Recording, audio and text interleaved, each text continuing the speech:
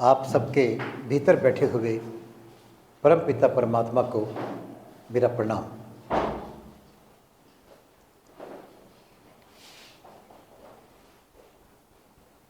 हम सब जब भी सत्संग में जाते हैं तो दो बातें बड़ी क्लियर हैं कि एक तो प्रभु की हमारे पर आप अपार कृपा है, क्योंकि इस कलयुग के अंदर बिना प्रभु की कृपा के सत्संग में तो कोई नहीं जा सकता। ये प्रभु की कृपा है आपके ऊपर, क्योंकि कलयुग, कली का राज, मन और इंद्रियां पूरे प्रभाव के अंदर, और ऐसे में सत्संग की बात सुनने जाएं आप लोग या आप आए तो हम सब बहुत भाग्यशाली हैं कि राम नाम की बात करने के लिए इकट्ठे होते हैं। सत्संग में क्या मिलेगा आपको? मिलेगा आपको वही जो आपकी भावना होगी। कहते हैं कि प्रभु मूरत कैसी, जिन देखी तैसी। देखने वाला कोई पत्थर में भगवान देख लेता है और कोई भगवान में भी पत्थर देख लेता है। इतनी तरह की बातें जीवन के अंदर हम देखते हैं, यहाँ भी बातें होती हैं। कुछ सज्जन ऐसे भी हो सकते हैं कि इन सबको बेकार की कहानी, लच्छेदार बातें समझकर बिल्कुल खाली चले जाए, और कुछ लोग केवल एक सूत्र पकड़कर अपने जीवन को सफल बना सकते हैं। तो हर बार की तरह मैं पूछा करता हूँ कि अपना किसी का कोई प्रश्न हो तो उससे बात शुरू की जाए। किसी का प्रश्न है कोई जीवन के प्रति, कोई प्रश्न भी?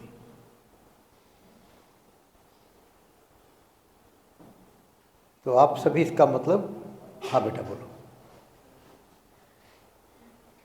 वो क्या कहते हैं, यहाँ भी बोलते हैं और हर जगह बोलते हैं कि भगवान सबके अंदर वास करते हैं। तो कई जगह ऐसे भी बोलते हैं कुछ संस्थाओं में कि सबके अंदर नहीं है भगवान, कण ठीक कर भीतर में, ऐसा बोलते नहीं है। लेकिन अगर भगवान सबके अंदर है तो फिर एक दूसरे की डिसरिस्पेक्ट, एक दूसरे को हर्ट करते हैं, दिल दुखाते हैं और एक दूसरे का सम्मान नहीं करते हैं। तो ऐसा क्यों करते हैं? और क्योंकि भगवान तो सब में है, आप में है, मेरे में, सब में है, तो हम लोगों को तो प्यार से रहना चाहिए। फिर भी लड़ाई झगड़ा करते हैं धर्म के नाम पे और भी बहुत चीज़ों को लेकर के करते हैं। तो ऐसा क्यों होता है? बहुत अच्छा प्रश्न है, बहुत ही बढ़िया प्रश्न है। और ये कई बार मन में सबके आता होगा कि जब भगवान सबके अंदर है तो फिर कोई राक्षस क्यों बना और देवता क्यों बने? सबको एक जैसा होना चाहिए। बहुत सी बातें आज का विज्ञान जो भगवान के अस्तित्व के ऊपर प्रश्न चिन्ह खड़ा करता रहा है, वही उन बातों का उत्तर दे रहा है। जैसे एक बात आती है कि रामायण के समय, श्री राम के समय, कि सीता माता की वहाँ पर मूर्ति रखी गई थी, प्रतिमूर्ति, और माता को जो है वास्तविक माता सीता माता नहीं थी वो। तो लोग कहते हैं क्या बेकार की बात कर रहे हैं, ये कैसे संभव है? लेकिन आज साइंस ने क्लोन बना दिए हैं, बिल्कुल जैसे आप हैं वैसा ही दूसरा शरीर तैयार कर दिया है, वही भाषा, वही बोलेगा। आर्टिफिशियल इंटेलिजेंस उससे भी आगे बढ़ गई है। तो विज्ञान ने प्रूव कर दिया कि ऐसा संभव है कि व्यक्ति की क्लोनिंग करके और वैसा ही स्वरूप बनाकर तैयार कर दिया जाए जो उसकी तरह बात भी करेगा, विचार भी करेगा। तो उस वक्त तो साइंस बहुत आगे थी, उस वक्त विज्ञान बहुत आगे था। आज तो गोली, तीर से, रिवॉल्वर से गोली चली जाए तो वापस नहीं आती, पहले समय तो तीर मार के वापस आ जाता था, और आजकल बम के लिए बड़े बड़े उनको ढोने के लिए बड़ी बड़ी गाड़ियां चाहिए, तो पहले तो बड़े बड़े बम जो हैं कंधे पर तीर की शक्ल में लटके रहा करते हैं।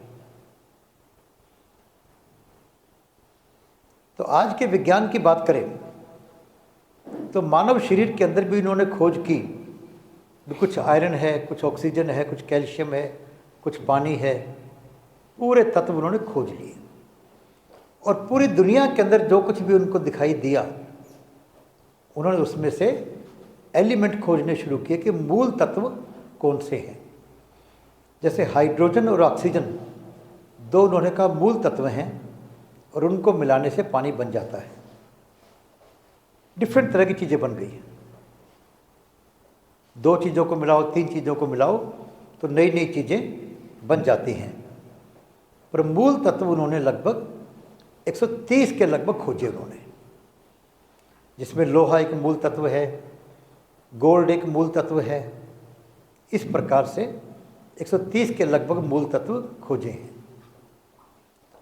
अब वो मूल तत्व के अंदर देखा सबसे सूक्ष्म जो आइटम है वो एटम है। गोल्ड के एटम के अंदर गोल्ड के गुण होंगे, और लोहे के एटम के अंदर लोहे के गुण होंगे। ऐसे कहते हैं ना, कार्बन जो कोयला है और हीरा है, इन दोनों के एटम में कार्बन है, दोनों के एटम में कार्बन है। अब एटम को देखा गया तो लोहे का एटम अलग और सोने का एटम अलग, पर जब एटम को आगे खोला गया, उसके ऊपर एक्सपेरिमेंट किए गए, तो पाया कि उसके अंदर भी एक न्यूक्लियस बीच के अंदर है। प्रोटॉन है और न्यूट्रॉन है और इलेक्ट्रॉन है, तीन चीज़ें पाई उसके अंदर, इलेक्ट्रॉन, प्रोटॉन, न्यूट्रॉन। और किसी भी एटम के अंदर कितने इलेक्ट्रॉन हैं और वो कैसे वहाँ स्थित हैं, कैसे घूम रहे हैं, उसी बात से कोई सोना बन गया, कोई लोहा बन गया। पर इलेक्ट्रॉन सबके एक जैसे हैं। एटम में फ़र्क है, लोहे के और सोने के एटम में फ़र्क है, लेकिन लोहे को लोहा बनाने वाले इलेक्ट्रॉन और सोने को सोना बनाने वाले इलेक्ट्रॉन सब में एक जैसे हैं, उनमें कहीं अंतर नहीं है। किसी में इलेक्ट्रॉन 2 हैं, किसी में 4 हैं, किसी में 1 है, किसी में लेफ्ट को है, किसी में राइट को है, किसी में गोलाकार है, किसी में अंडाकार है, घूम रहे हैं वो। तो पूछते हैं जब इलेक्ट्रॉन एक जैसे हैं तो वो लोहा और सोना कैसे बन गए? इस साइंस ने बता दिया भाई, ऐसे मिश्रण से कोई चीज़ लोहा बन सकती है, कोई चीज़ सोना बन सकती है।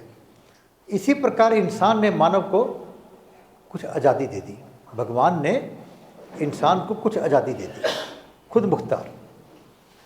जैसे कि मान लो एक संस्था के अंदर कुछ लोग काम कर रहे हैं, या आपको कह दिया उन्होंने कि ये चिट्ठी जाकर आप कनाट प्लेस दे आओ। ये तो ऑर्डर हो गया, आपके उनके ऑर्डर से काम करना है। लेकिन अब चिट्ठी ले जाने के अंदर आप रास्ते में कहीं आराम करने लग जाओ, रास्ते में कहीं खाना खाने लग जाओ, आप कोई मेट्रो में जाओ, बस में जाओ, आपको टैक्सी का किराया मिलना है, टैक्सी में ना जाओ आप। यहाँ तक कि आज़ादी पूरी तरह से आपको जो आपकी कंपनी का जो ओनर है बांध नहीं सकता। उन्होंने ऑर्डर दे दिया कि चिट्ठी दे के आनी है। बनाई किसने? कंपनी के मैनेजर ने। चिट्ठी पहुंचानी कहाँ पर है? बताया कंपनी के मैनेजर ने। पर बीच के रास्ते का जो सफ़र है उसका अधिकार आपके पास है। तो इसी प्रकार इंसान को कुछ हद तक उन्होंने खुद मुख्तियारी दे दी कि तुम अपने कर्म नए भी बना सकते हो, अपने कर्म नए बना सकते हो, और उन कर्म के द्वारा कोई आदमी राक्षस भी बन सकता है, कोई व्यक्ति देवता भी बन सकता है। जैसे अपना शरीर है, मान लो ये। कई बार एक प्रश्न और भी आ सकता है कि जब हम कहते हैं सब में भगवान है, तो राक्षसी वृत्ति को समाप्त करने की क्या जरूरत है? भगवान तो उनमें भी है, क्यों मारने की बात करते हो उनको? क्यों समाप्त करने के लिए शक्तिशाली बनने की बात आप बताते हो? तो अपने शरीर के अंदर मान लो किसी अंग में कैंसर हो जाए तो क्या करेंगे? उस इलाज को ठीक करना पड़ेगा। कहते कीमो करते, कीमो भी जहर की तरह मारती है उस अंग को जहाँ के कैंसर ने अपना राज फैला रखा है। कई बार पूरा नहीं होता तो अंग को काटना पड़ सकता है, पर अंग को काटना है शरीर को बचाने के लिए। तो राक्षसी वृत्ति और दैविक वृत्ति, किसी प्रकार की वृत्ति भी इंसान अपने अंदर पैदा कर सकता है। जैसे भगवान ने इंसान के अंदर जो कुछ ब्रह्मांड के अंदर है वो सारा कुछ बीज रूप में भर दिया। जो कुछ भी, शेर है, चित्ते है, सांप है, बिच्छू हैं, पत्थर हैं, पहाड़ हैं, पानी है, हर तरह की चीज़, आम, केला, सेब, सब तरह की चीज़ें जितनी ब्रह्मांड के अंदर आप देख पाते हैं या नहीं देख पाते, बीज रूप के अंदर इंसान में भर दी और साथ में उसको शक्ति दे दी कि वो जिस मर्जी बीज को विकसित कर सकता है। तो कोई आदमी राक्षस बन जाता है, कोई देवता बन जाता है, ये अपने हाथ की बात है। इसीलिए हम कहते हैं कि किसी का झोपड़ी में पैदा होना भाग्य की बात हो सकती है, पर झोपड़ी में मरना भाग्य की बात नहीं। कितने ही लोग हैं जो झोपड़ी में पैदा होकर महलों में मरे, और ऐसे एग्जाम्पल भी बहुत हैं जो महलों में पैदा हुए और मरते मरते वो झोपड़ी में आ गए। खुद मुख्तियारी है आपकी, आप अपने आप को बना सकते हैं। तो इसीलिए भगवान ने आपको जो 5 तत्व बेसिक हैं, पृथ्वी, जल, अग्नि, वायु, आकाश, इसमें आकाश तत्व जो है इंसान के अंदर ही है ज़्यादा। जानवरों में थोड़ी बहुत मात्रा में है, बाकी किसी में 1 तत्व, किसी में 2 तत्व, इंसान के अंदर 5 तत्व हैं। बुद्धि भी इंसान के अंदर है और उसी बुद्धि के कारण इंसान सर्वोपरि है। सबसे ऊंची क्लास इंसान की बताई गई कि 84 लाख योनियों के बाद इंसान का जन्म मिलता है। क्या विशेष बात है? इंसान में भगवान ने बुद्धि दे दी और इंसान को शक्ति दे दी, वो चुन सकता है मैं ये करूं ना करूं, मैं वहाँ जाऊं ना जाऊं, मैं सत्संग में जाऊं या सिनेमा देखने जाऊं, मैं किसी की सहायता करूं या किसी को लूटूं।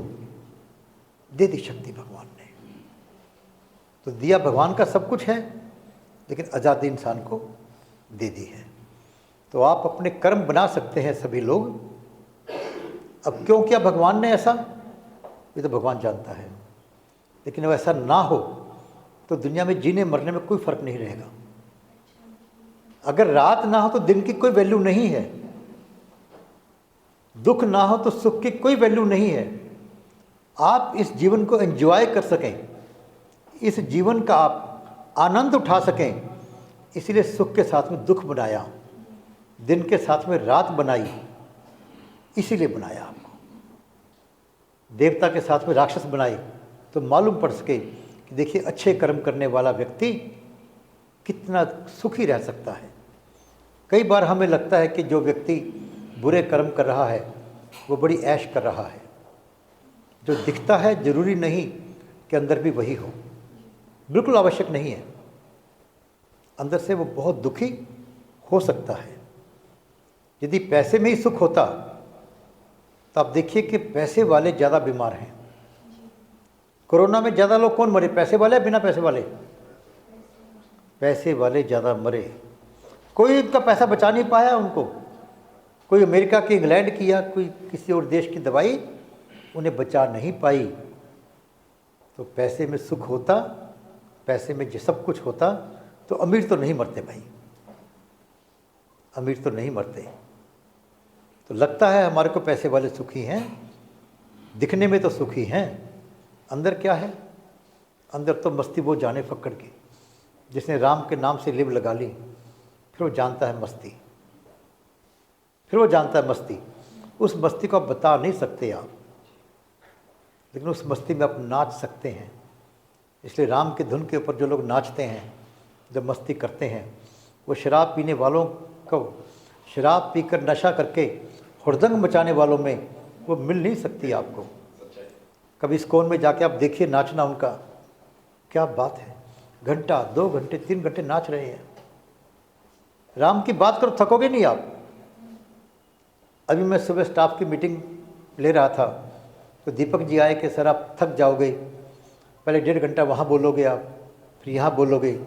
मैं कभी राम की बात करने में थकावट नहीं होती। जय हो माता पिता की, जय हो महात्मा गांधी, जय हो माता पिता की, जय हो महात्मा गांधी, जय हो माता पिता की, जय हो महात्मा गांधी। जितनी भी दुनिया की वस्तुएं हैं उनसे हमारा मन कभी ना कभी भर जाता है। कोई कितनी सुंदर, कितनी मीठी, कितनी बढ़िया चीज़ क्यों ना हो, एक राम का नाम ऐसा है जो बचपन से लेके अंत तक लेते रहो, बोर नहीं होगे आप, मन नहीं भरेगा आपको। एक राम की मूर्ति ऐसी है, चाहे वो गणेश जी के रूप में हो, चाहे हनुमान जी के रूप में हो, चाहे शिव भोले के शिवलिंग रूप में हो, उससे आपको कभी भी पूरी उम्र, कहते हैं वही चीज़ तो देख रहा हूँ। हम जाते हैं तीर्थों पे जाते हैं, हर जगह वही भगवान का रूप, फिर और अच्छा लगता है अपने को, और अच्छा लगता है। मुख्य बात क्या है, आपके अंदर की भावनाएं, आपके अंदर के विचार, और सुख तो, खुशी तो इंसान को अंदर के विचारों से मिलती है। बाहर की चीज़ से आप ड्रामा कर सकते हैं। जैसे हमें एंजॉय करना हो, खुश होना हो, तो होश में होगे ना भाई। जो नशा करके बेहोश हो गया वो क्या खाक एंजॉय करेगा? क्या मस्ती मारेगा वो? जिसको होश ही नहीं है उसकी मस्ती को क्या कहेंगे हम लोग? मस्ती तो राम नाम की मदिरा पे करी होती है कि आदमी पूरे होश में है और पूरा बेहोश है वो। तो बेटा ये जो भगवान ने किया है इसलिए किया है कि हम वास्तविक आनंद को जान सकें, वास्तविक आनंद को मना सकें। इसीलिए गलत और ठीक, दुख और सुख पैदा किए। और किसी का प्रश्न कोई? हाँ बेटा पूछो ना, आप ही तो पूछ रहे, बाकी सब तो जानकार हैं। देखिए जो प्रश्न नहीं पूछ रहे इसका मतलब उनको सब कुछ आता है, ये तो क्यों पूछेंगे? आइए। हाँ बेटा। मेरा क्वेश्चन ये है कि जब अभी जैसे आपने जब ये आप व्याख्या कर रहे थे इसके बारे में, तो आपने बोला कि मनुष्य 84 लाख योनि में भटकता है, फिर मनुष्य तक प्राप्त है। तो मेरा प्रश्न ये है कि आज तक जो भी रिसर्च हुआ है इसके ऊपर, तो हर इंसान जो कि जिसको अपना पिछला जन्म याद है, तो वो ऐसे बताया है कि वो कोई इंसान था, चाहे वो लड़का था या लड़की, लेकिन किसी ने नहीं बोला है कि मैं पशु था या मैं कुछ और पक्षी था। तो ये क्या सही है कि मतलब मनुष्य जो है वो 84 लाख योनि में भटकता है और फिर उसको मनुष्य जन्म प्राप्त होता है, या मनुष्य का जन्म मनुष्य में ही होता है, या मनुष्य का जन्म फिर पशु, जानवर, पक्षी ऐसे योनि में होता है? जी बैठिए बेटा। पहली बात तो ये है, जो पिछले जन्म की बात बता रहे हैं, कितने लोग मिले आपको? इस दुनिया में 800 करोड़ लोग हैं, 8 लोग भी ऐसे नहीं मिलेंगे आपको जिनको पिछले जन्म की बात याद है। मिलते फेस टू फेस तो मिला ही नहीं, वो तो न्यूज़ में। ठीक है ना, हम सब बातें सुनते हैं। किसी बात को हम दो तरह से मान सकते हैं। एक तो पहले किसी विद्वान ने कही हो जिसने उसका अनुभव किया हो, ऋषि लोगों ने बात बताई है, ग्रंथों में लिख दी है, और दूसरा हमने उस पर विचार किया हो, क्या ये ठीक हो सकता है या नहीं हो सकता। जैसे कि पहले कहा करते महाभारत के अंदर संजय ने दूर बैठे हुए सारा हाल सुना दिया। तो हमारी उम्र में हमने सुने हैं जब छोटे से थे हम लोग कि यार हमारे ग्रंथों में गप लिखी हुई है। जिन लोगों ने अपने धर्म को बदनाम करना था कि सब गप लिखी हुई है, दूर बैठे कौन सुना देगा। पर आज मोबाइल आ गया, दूर बैठे कुछ भी देखो, कुछ भी सुनाओ आप। तो आपने जो लिखा है केवल उसको नहीं मानना, उसमें विचार भी करना है क्या ये संभव है। लेकिन जो ग्रंथों में ऋषियों ने बताया है कि कुछ लोग मानव जन्म में दोबारा जन्म ले लेते हैं जिनकी की कोई इच्छा बाकी रह गई हो, जो नेक कर्म करने वाला हो और भगवान की प्राप्ति में कोई कमी रह गई हो। भगवान की प्राप्ति क्या है? सबसे बड़ी बात तो यह कि इस बंधन से छूटना। सबसे बड़ा दुख कहते हैं, नरक कहते हैं माता के गर्भ का। जो जन्म लेता है उससे बड़े दुख किसी को नहीं कहा गया। उसे कहते हैं कि मोक्ष मिले, वैकुंठ में जाए। पुनर्जन्म की बात में सुख नहीं कहा गया कि मुझे ये मिले वो मिले। और इसी प्रकार 4 फल जो कहे गए हैं वो भी धर्म, अर्थ, काम, मोक्ष, इसके रूप में ही 4 फल कहे गए हैं।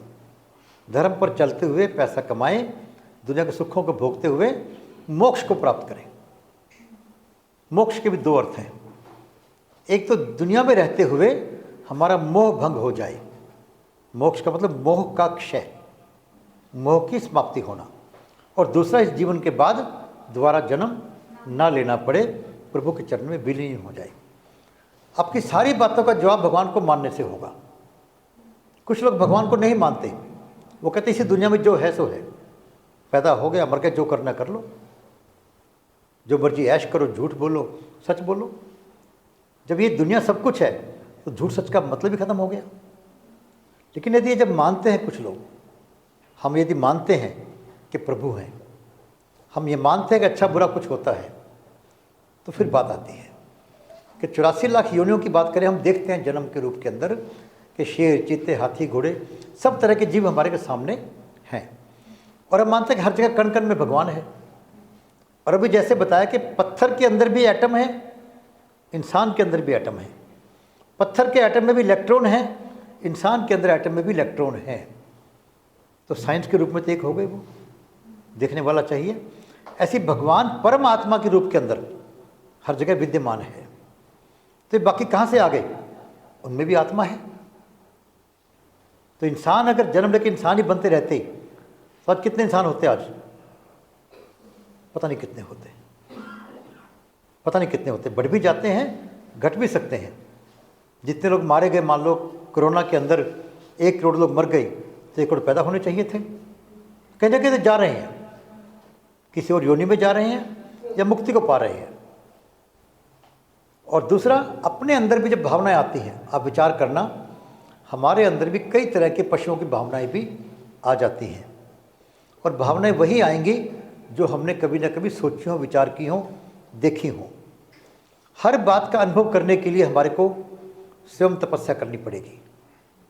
और वरना जो बुद्धि के तर्क के ऊपर ठीक उतरता है उसको हमें मान लेना चाहिए। बुद्धि के तर्क के ऊपर, बुद्धि का तर्क कह सकता है कि मानव योनि सबसे बढ़िया योनि है। हालांकि ऋषियों ने कह दिया, संतों ने कहा कि नानक दुखिया सब संसार, फिर भी क्या कहा गया? सर्वोत्तम योनि। पहला तो इस प्रश्न पे विचार करने की जरूरत है कि क्या वाकई मानव जन्म सर्वोत्तम है? ये मानने की बात है।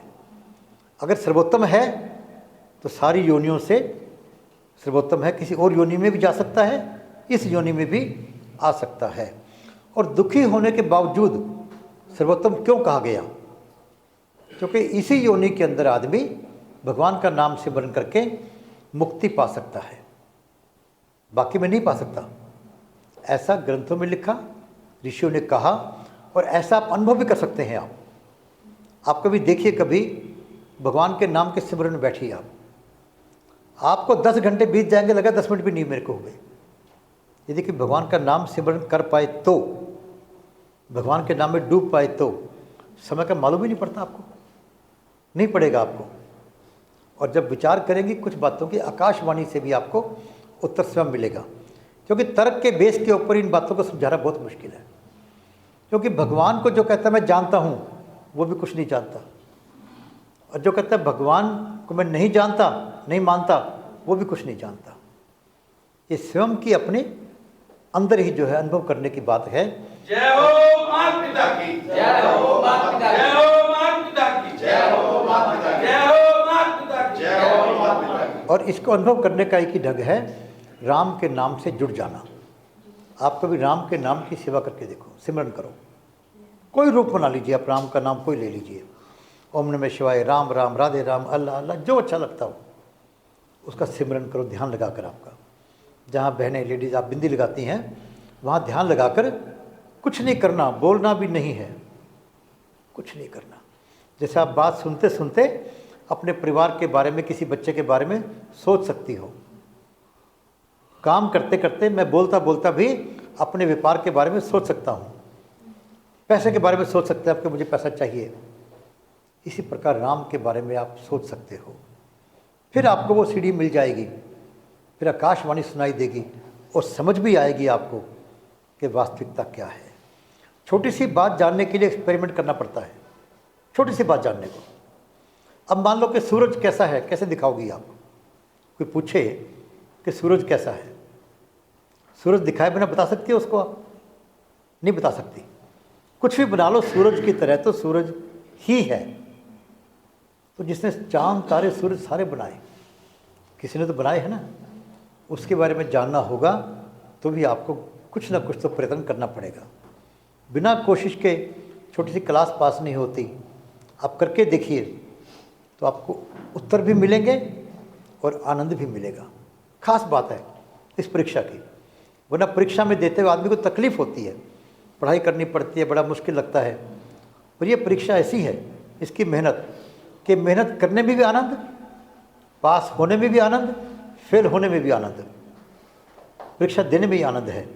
आप करके देखो बेटा इसको, तो मालूम पड़ जाएगा कि जितनी योनियाँ हैं इन सब के अंदर मानव योनि सबसे अधिक उत्तम है, सर्वोत्तम है। क्यों? क्योंकि इस जन्म के अंदर हम लोग मुक्ति पा सकते हैं। इसीलिए अगर हमने अपनी मुक्ति के लिए प्रयास नहीं किया तो समझ लो जीवन को हमने व्यर्थ कर दिया। और मुक्ति पाने का ढंग नाम सिमरन या सेवा। सेवा का मजा देखो करके आप कभी, क्या मस्ती है आपकी। नाम सिमरन नहीं होता तो सेवा कर लो, सेवा अपने विचारों से कर लो। आप आज के बाद से केवल और केवल विचारों से सेवा करनी शुरू करो। मान लो घर में मान लो माता पिता सास ससुर हैं, अड़ोसी पड़ोसी हैं, आप सबके लिए कल्याण की कामना करो। कुछ नहीं करना, कोई पैसा खर्च नहीं करना, कहीं जाना नहीं है। अड़ोस पड़ोस में कोई परेशान है, उसके कल्याण के लिए आप भगवान से प्रार्थना करो। इतना तो कर सकते हैं। फिर अपने अंदर की मस्ती देखना आप जरा, कुछ भी तो नहीं करना और सब कुछ पा लेना है। तो बहुत अच्छा लगा कि बिटिया प्रश्न पूछ रही है। प्रश्न सबके भीतर होते हैं, पता नहीं आप लोग क्यों नहीं पूछ पाते। हम तो बचपन से भाई बहुत प्रश्न पूछते रहे हैं, क्योंकि सीखने की सीढ़ी प्रश्न पूछना ही है। हाँ जी, जैसे कि भगवान की भक्ति कैसे करें तो भगवान को जल्दी मिले। बहुत अच्छी बात है, बहुत अच्छी बात है ये कि भगवान की भक्ति कैसे करें। देखिए तपस्या के नियम में भक्ति का कोई नियम नहीं है।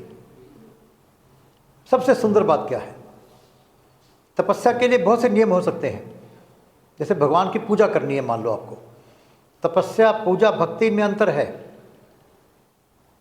पूजा करनी है तो आपको मान लो हाथ पैर धोकर, जूते बाहर निकाल कर, जोत जगाकर कैसे करनी है, पूजा के नियम है। पूजा एक वैज्ञानिक अनुसंधान है, तपस्या भी वैज्ञानिक अनुसंधान है। भक्ति में कुछ नहीं करना, भक्ति में केवल राम की तरफ ध्यान देना है, समर्पण करना है प्रभु को। बस एक ही बात कहनी शुरू कर दो, तू ही तू। सोच सकते हो, कह सकते हो, तू ही तू। यहां भी तू और वहां भी तू, यहां भी तू वहां भी तू, तू ही तू। बस भक्ति होगी शुरू आपकी। भक्ति के बहुत से ढंग हैं, भक्ति के बहुत से ढंग हैं। जैसे एक ढंग भक्ति का है कि संतों का सत्संग, कुछ नहीं करना, जहाँ सत्संग है जाकर बैठ जाओ, लेकिन बात को ध्यान से सुनो। संतों का सत्संग, संत मिलने चाहिए आपको। संत, संत की क्या पहचान है? संत कष्ट सहता है दूसरों के कल्याण के लिए, और दुष्ट कष्ट सहता है दूसरों को तकलीफ देने के लिए। काम तो दोनों को करना पड़ता है, कष्ट दोनों को सहना पड़ता है। केवल और एक केवल भावना संत के अंदर कि सबका कल्याण हो। जो उसे गाली देता हो वो उसका भी कल्याण की भावना रखता है। यह है संत का लक्षण, एक ही लक्षण। मैं पंडित की, ब्राह्मण की, योगियों की बात नहीं कर रहा हूँ। तो जो सबके कल्याण की बात करता है उसका सत्संग, प्रभु की बातचीत में बैठना, भक्ति हो गई आपकी। का गुणगान प्रेम से सुनना, सुन सकते हो तो मैं डिफरेंट ढंग बता रहा हूँ, जो आपको अच्छा लगे, जो आपके बस का वो कर सकते हैं आप। जहाँ प्रभु के नाम का गुणगान हो रहा है उसको प्रेम से सुनना, बोर होकर नहीं, किसी कारण से नहीं, प्रेम से सुनना। तीसरी भक्ति, प्रभु के नाम का बिना स्वार्थ के गुणगान करना। मान लो मैं राम की बात कर रहा हूँ और मेरे मन की इच्छा है कि बाद में आपसे कुछ पैसे बटोर लूँ, फिर बाहर रख दिया मैंने कि भाई कुछ ना कुछ तो मिलेगा, बिना स्वार्थ के ईमानदारी से राम के नाम की, प्रभु के नाम के, प्रभु के गुणों की चर्चा करना, यही भक्ति है। सुन सकते हो भक्ति, मुंह से कर सकते हो भक्ति, दोनों नहीं कर सकते सत्संग में जाकर बैठ सकते हो भक्ति, और गुरु की सेवा करना, गुरु की सेवा अभिमान रहित होकर। सेवा में अभिमान आ जाता है कि मैं सेवा कर रहा हूं। जैसे मैं कहा करता हूं कि माता पिता की सेवा करते हैं कई लोग, बीमार माता पिता हो गए तो सेवा करने वाला का भाग्य बनता है। मान लो कि आप सड़क पे जा रहे हैं और किसी का एक्सीडेंट हो गया आपके सामने, और वो व्यक्ति जख्मी हो गया, बेहोश हो गया, आपने उठाया और उसको आप हॉस्पिटल ले गए, आपने इलाज करवाया, उसका होश में आया, तो डॉक्टर ने कहा देखिए आपको ये सज्जन ले आए हैं, अगर ये ना लाते प्रजापति जी आज, तो आज आपका बचना मुश्किल था। ये भगवान का रूप बनकर आपको बचाने के लिए आ गए।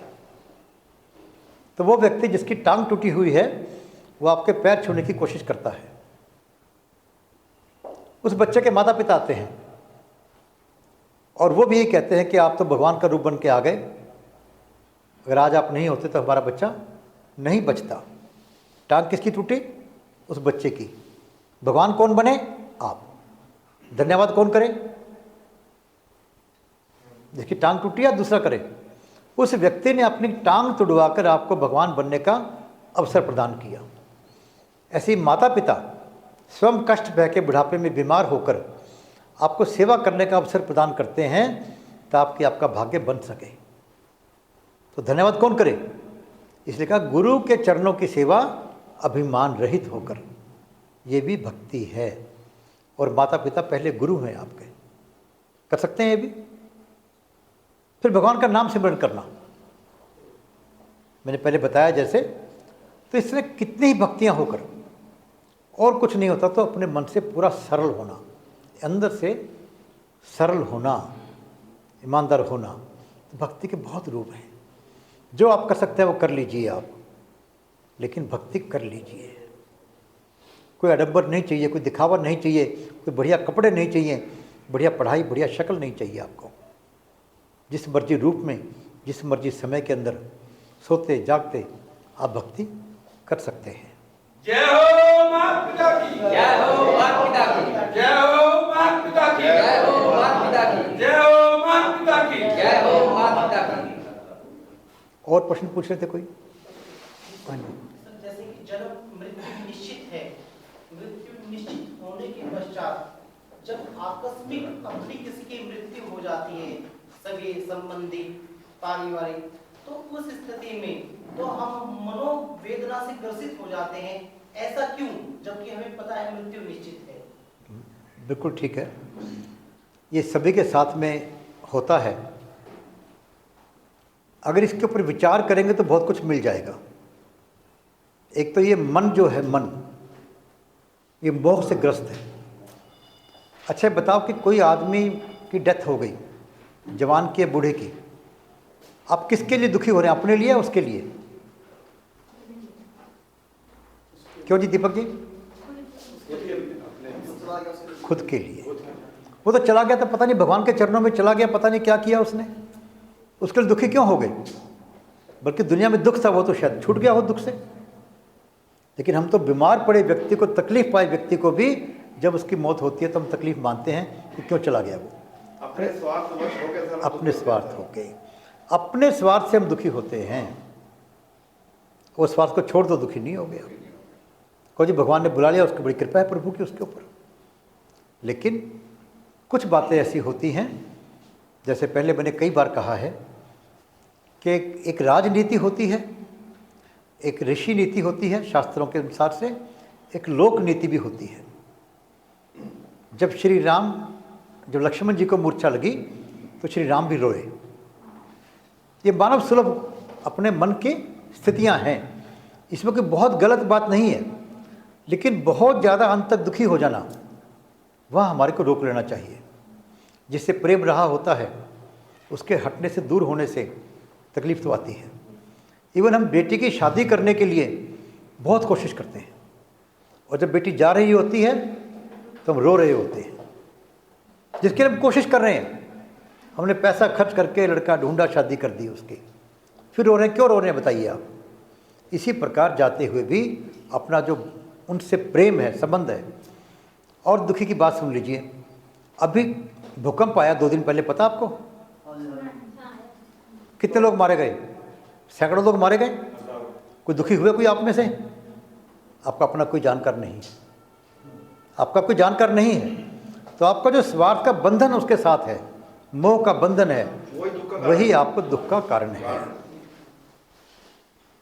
तो मैंने आपसे सुना था, मैंने बचपन से ही मैं जो यहाँ पे आया हूँ, जय हो माता पिता की, मैंने यही सेवा अपनी ली हुई है प्रभु। मैं तो माता पिता के चरणों में रहा हूँ बचपन से। देखिए, जो ये सेवा कर पाता है मैं तो सेवा में हूँ। उससे ज़्यादा भाग्यशाली व्यक्ति कोई नहीं होता। और आप विश्वास नहीं मानेंगे प्रभु, मेरे को कुछ नहीं मिलता तो भी मेरे से पैसा खर्च होता है, कुछ मिलता है तो ज्यादा खर्च होता है, और उनके होते हुए मेरे को कोई विपत्ति नहीं गिरती प्रभु, और कोई लालच लोभ मेरे अंदर परेशान नहीं करता प्रभु। देखो, ये जो परेशानी है ना, ये मन की होती है। किसी चीज़ के अंदर आदमी परेशान हो सकता है और उसी चीज़ में आदमी सुखी भी हो सकता है। जो माता पिता की सेवा करता है उसका आत्मबल इतना बढ़ जाता है कि वो हर बात के अंदर सुख ढूंढ लेता है। जैसे श्री राम को जब वनवास हुआ, क्या वो दुखी थे? वो क्या कहते हैं? प्रभु की बड़ी कृपा हुई, कहते हैं मुझे ऋषियों का, संतों का संग मिलेगा, सीखने को मिलेगा मेरे को। श्री राम ऐसा कह रहे हैं।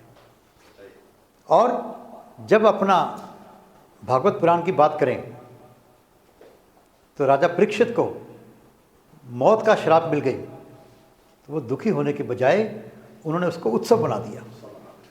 तो जो माता पिता की सेवा करता है उसके अंदर से उसका इतना आत्मबल बढ़ जाता है कि हर स्थिति उसको सुख देती है, वो परेशान नहीं होता। मान लो किसी की कैपेसिटी 10 किलो वजन उठाने की है, मतलब क्या होता है कि भक्ति करने से क्या होता है, माता पिता की सेवा करने से क्या होता है, दुख दूर नहीं होते आपके। लेकिन मान लो आपकी शक्ति सबकी 10 किलो वजन उठाने की है, वजन 20 किलो आ जाए, तकलीफ होगी ना। तो एक आदमी आकर आपके 10 किलो की शक्ति को 50 किलो कर देता है, तो 20 किलो आपको तकलीफ नहीं देगा। तो इसी प्रकार भक्ति करने वाले को, माता पिता की सेवा करने वाले की शक्ति इतनी बढ़ जाती है कि उसे कोई भी तकलीफ लगती ही नहीं है। प्रभु मेरे को उनकी कोई भी इच्छा परेशानी नहीं लगती।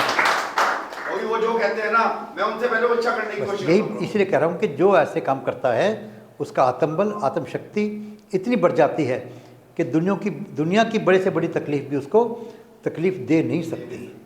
हाँ बेटा, ये क्या कहते हैं, लोग बलि देते हैं जानवरों की मंदिरों में, और कहते हैं कि भगवान के लिए कर रहे हैं, जबकि वो खुद अपने ही, उनका कुछ विश होता है, कुछ उन्होंने मांगा होता है, तो उसके लिए करते हैं। और जो प्रश्न पूछना था वही भूल गई, लेकिन ये चौथा प्रश्न आया दिमाग में। जो तीसरा प्रश्न था वो भूल गई हूँ मैं, लेकिन इसका भी मुझे उत्तर चाहिए, क्योंकि ये सिर्फ हिंदू धर्म में नहीं और धर्मों में भी बलि चढ़ाया जाता है। तो ये क्या सही होता है? भगवान पकड़े की बलि, चाहे कुछ की बलि देते कि दो, मुझे तो ये सही नहीं लगता। देखिए बेटा, इसका भक्ति से कोई ताल्लुक नहीं है, भगवान को पाने से कोई ताल्लुक नहीं है इसका। हम भक्ति की बात कर रहे हैं। बाकी सब चीज़ कहते हैं कि ये चीज़ मिलाओगे तो एटम बम बन जाएगा। उन्हीं चीज़ों से जो एटम बम बनता है, उन्हीं चीज़ों से बिजली बनकर प्रकाश देती है, वो अपने डिफरेंट ढंग के लोगों ने बना रखे हैं कि ऐसा करोगे तो वैसा हो जाएगा। ये सब वैज्ञानिक ढंग हैं, वैज्ञानिक ढंग हैं ये। सुई से आपकी किसी को चुभोकर आप तकलीफ दे सकती हो और सुई से आप सिलाई भी कर सकती हो।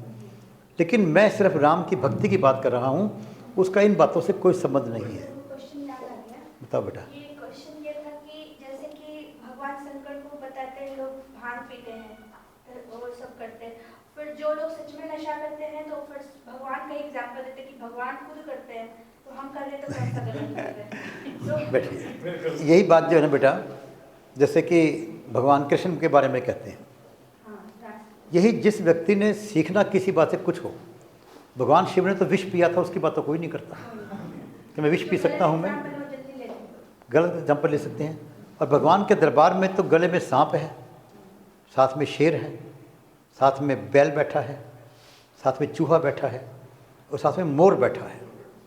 मोर चूहे को खा जाता है, सांप जो है अपना मोर सांप को भी खा जाता है, और जो ये शेर जो है बैल को खा जाता है, वो तो किसी को खाते नहीं है।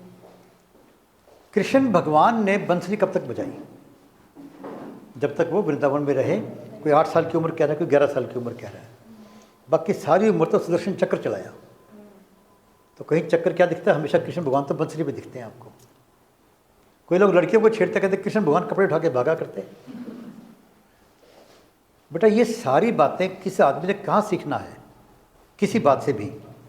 जैसे कि एक अध्यापक ने बच्चों को, गुरु ने सिखाने के लिए एक शराब का, एक प्याले में शराब डाली एक गिलास के अंदर और एक में पानी डाला, तो एक कीड़ा उठाया, पानी में कीड़ा डाला तो पानी में कीड़ा वो चलता रहा, मरा नहीं।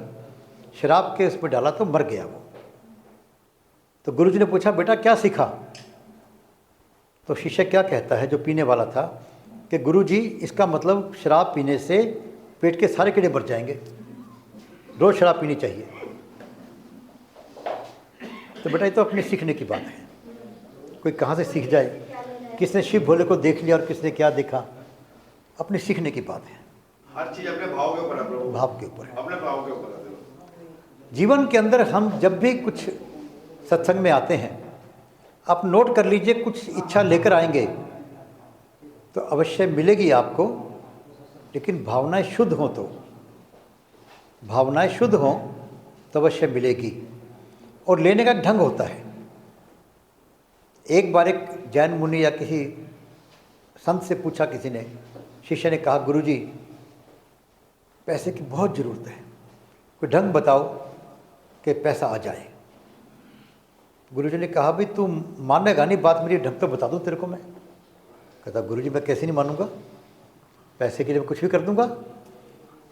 अच्छा पक्का मान लेगा? पक्का। कहता ऐसे खूब दान किया कर। अब वो कहता गुरुजी पागल हो गया आपका, मैं पैसा लेने की बात कर रहा हूँ, आप दान देने की बात कर रहे हो। तो बेटा सत्संग में जब भी आप आओगे, मन को साफ करके आना,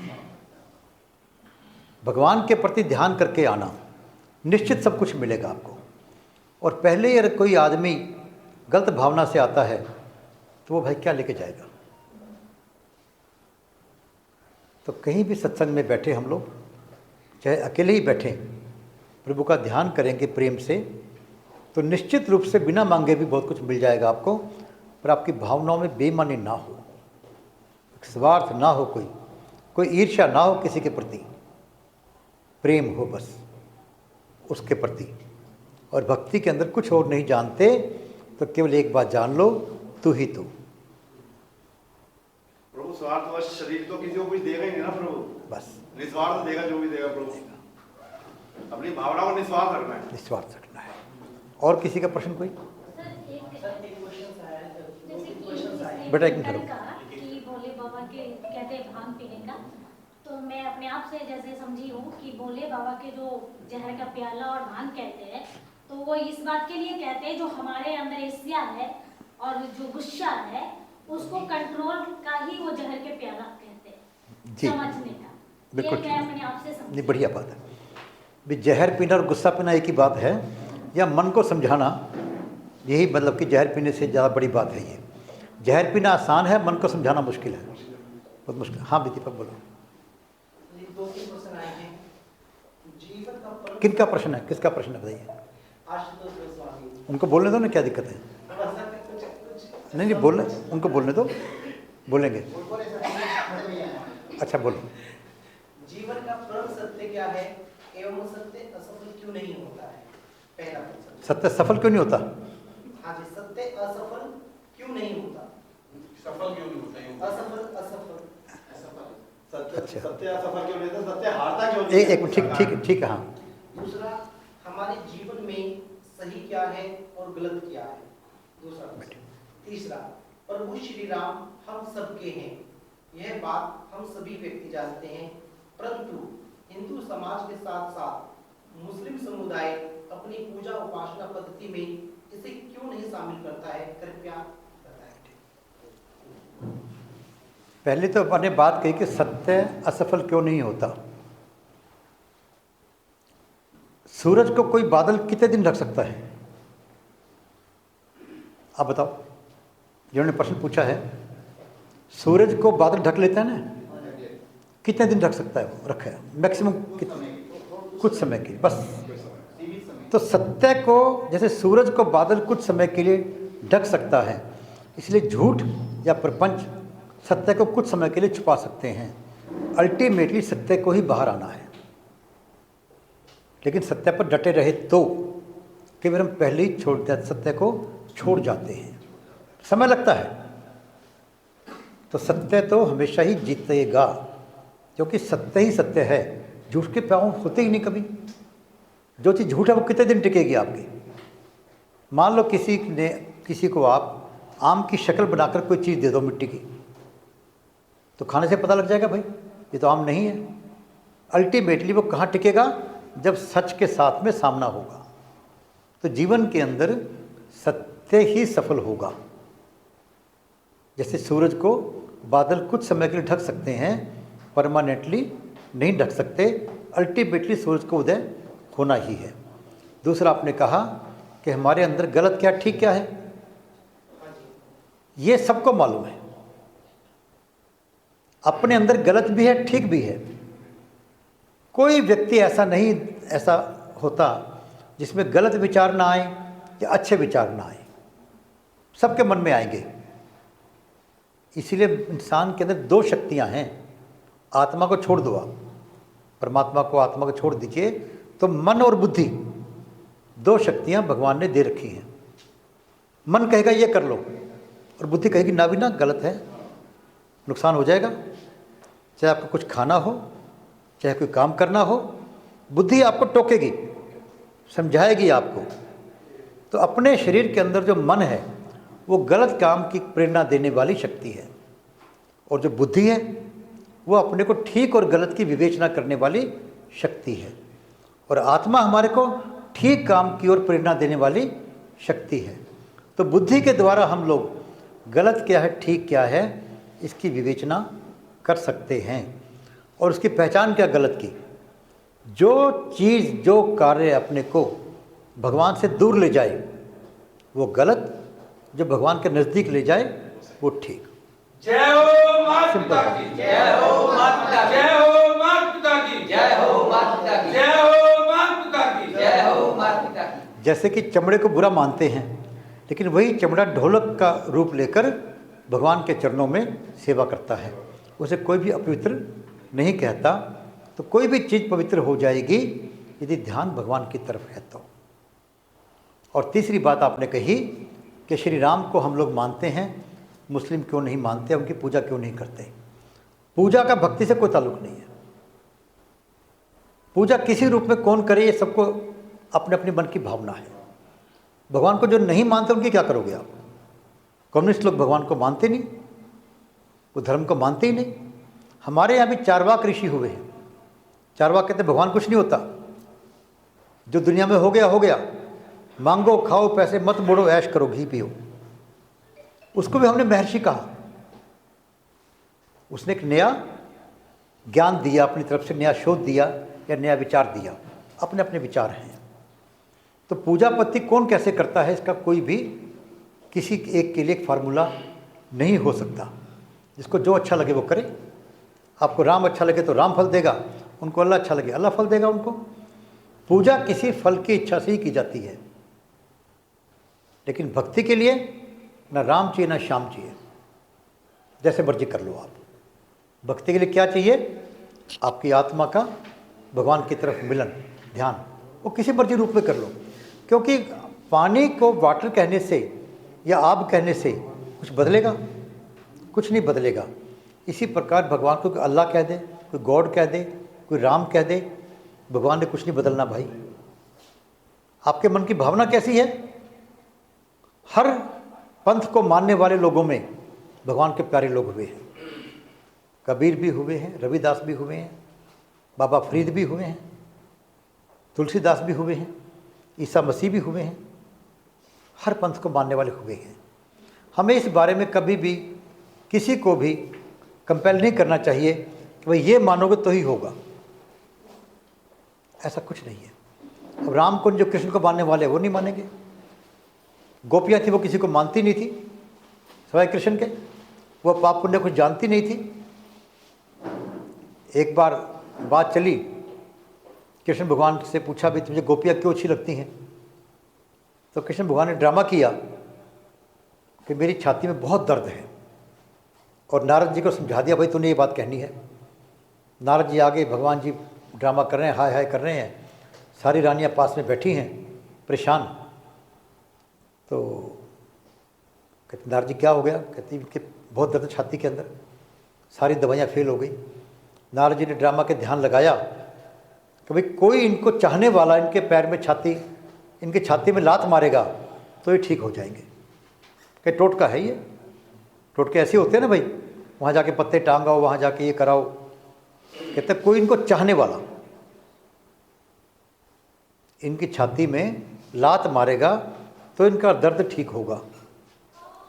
अब रानियाँ कहती छाती में पति के लात मारेंगे तो नरक में जाएंगे हम, तो क्या करें।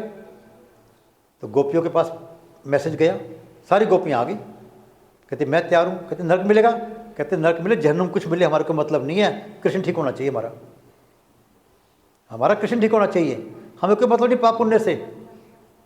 जबकि रानियाँ पास ही बैठी थी भाई, क्या वो नहीं चाहती थी उनको। तो चाहना किसको किस रूप में है। पूजा का कोई एक नियम किसी के लिए कभी ना हुआ ना कभी होगा, और हमारे को इस बहस में कभी पढ़ना भी नहीं चाहिए। आप जो माने आप माने, वो जो माने वो माने,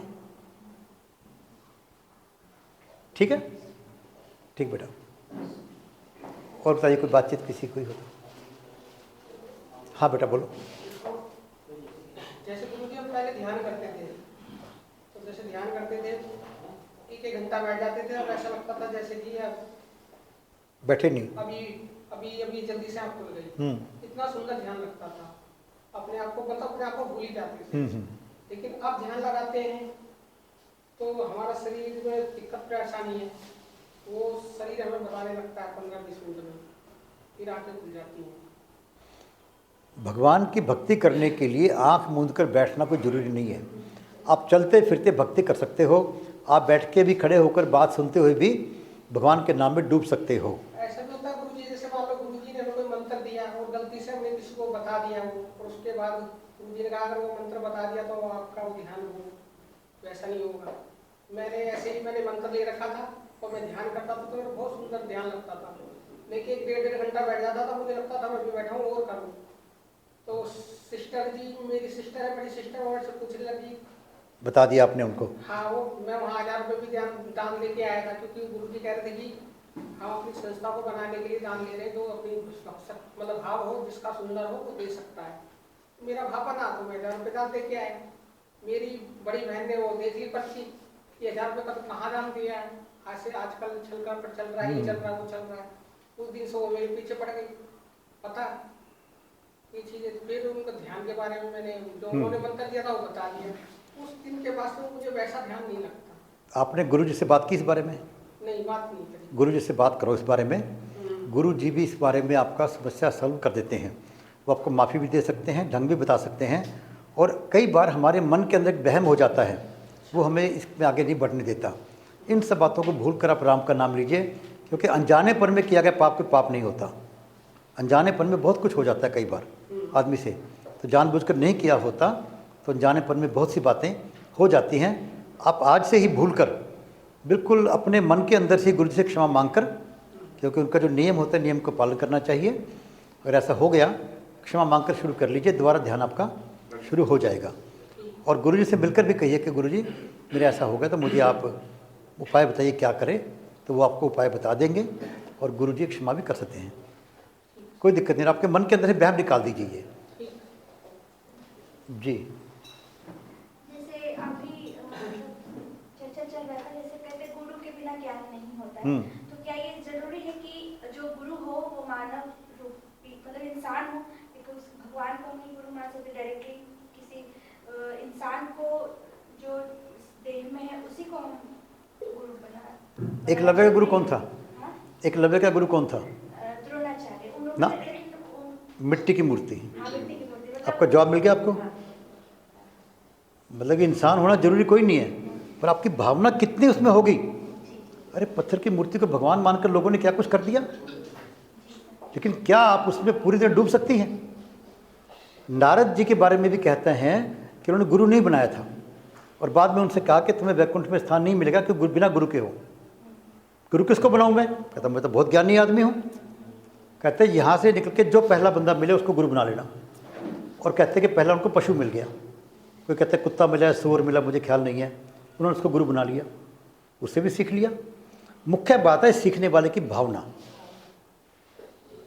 तो एक लवरे ने एग्जाम्पल, ऐसा सुंदर एग्जाम्पल दिया है कि पत्थर की मूर्ति, मिट्टी की मूर्ति बनाकर उन्होंने सारा ज्ञान वो प्राप्त कर लिया जो उनके गुरु द्रोणाचार्य कर्ण को, अर्जुन तक को नहीं दे पाए थे।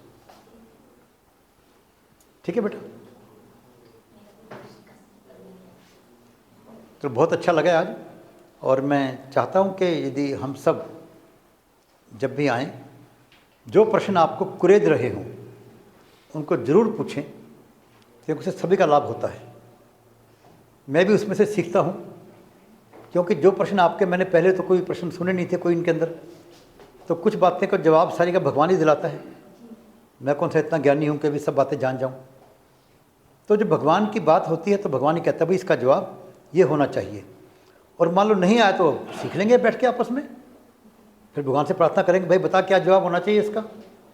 प्रश्न से ही सीखेंगे हम लोग। तो सीखने की इच्छा लेकर आएँ और सबके लिए कल्याण की भावना लेकर आएँ, तो निश्चित आपका कल्याण अवश्य होगा। तो आप सब श्री दिवालय संघ में यहाँ आते हैं, तो श्री दिवालय संघ के लिए हर बार मैं जैसे कहता हूँ कि हम किसी से रुपया पैसा कुछ लेते नहीं, फिर भी अपने घर में मानवता भलाई के लिए कुछ पैसे निकाल कर हमेशा शुरू कीजिए। चाहे प्रतिदिन 1 रुपये निकाल दो, आप कोई खास फर्क नहीं पड़ता, कोई 10 रुपये निकाल दो, इकट्ठे हो जाएंगे पैसे, पता नहीं किस काम में कब आ जाएंगे। और कम से कम एक व्यक्ति से प्रतिदिन जय हो माता पिता की के बारे में बात अवश्य कर लें। एक नए व्यक्ति से श्री दिवालय संघ के संकल्प के बारे में बात कर लें। और धन खर्च करना हो तो किसी एक मित्र को यहाँ ले आएँ, तो उस पर पैसा खर्च होगा आपका, आने जाने का, किराए भाड़े का, चाय पानी का, वो आपकी धन की सेवा हो गई। और धन की सेवा मैंने कही कि अपना पड़ोसी से किसी से भी बात कर सकते हैं, और अपने घर के अंदर अपने माता पिता की आप सेवा शुरू करके आप अपना श्री दिवालय संघ का जो संकल्प है और जो इसका एक उद्देश्य है उसको जन जन तक पहुंचाने के अंदर अपना योगदान दे सकते हैं। ये मेरा निवेदन है आप सबसे। और अंत में फिर प्रभु से प्रार्थना कि हम सबको नेक कार्य करने की प्रेरणा दें, नेक कार्यों में सफलता दें। आप सबको प्रणाम, आप सबके भीतर बैठे हुए परमपिता परमात्मा को प्रणाम। जय हो माता पिता की।